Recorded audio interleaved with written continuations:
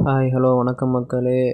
இந்த வீடியோவை ஸ்பான்சர் பண்ணுறது நம்ம எஜுக்வெஸ்ட்.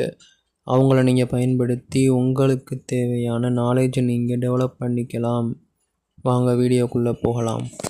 The struggle to find courses that truly speak your language, it's finally over. Welcome to EduQuest, where learning is made just for you.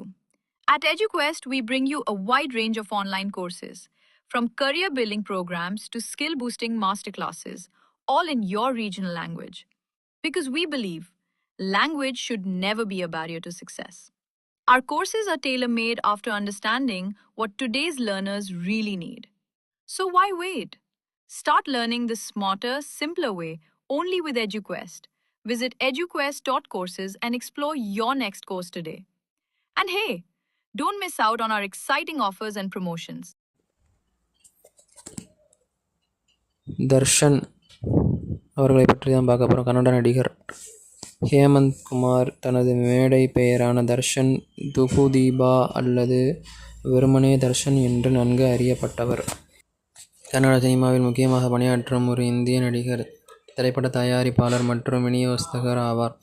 2 தசாப்தங்களுக்கும் மேலான வாழ்க்கையில் தர்ஷன் 50க்கும் மேற்பட்ட படங்களில் பணியாற்றியுள்ளார். கன்னட திரைப்படங்கள் அதிக சம்பளம் வாங்கும் திரைப்பட நடிகராகவும் முன்னணி சமகால நடிகர்கள் ஒருவராக உள்ளார். தர்ஷனுக்கு குறிப்பிடத்தக்க ரசிகர் பட்டாளம் உள்ளது. அவரது ரசிகர்கள் சேலஞ்சிங் ஸ்டார் மற்றும் டி பாஸ் என்று குறிப்பிடப்படுகிறார்.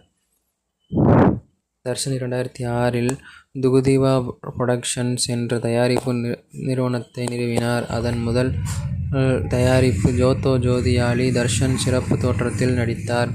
அனரது மற்றும் கிராந்திவீரா சங்கொல்லி ராயண்ணா ஆகியவற்றில் அவரது நடிப்பு விமர்சகர்களிடமிருந்து அவரை பாராட்டியது. 19ஆம் நூற்றாண்டின் போர் வீரர் சங்கொல்லி ராயண்ணாவாக அவரது நடிப்பு அவருக்கு சிறந்த நடிகருக்கான கர்நாடக மாநில விருதை வென்றது.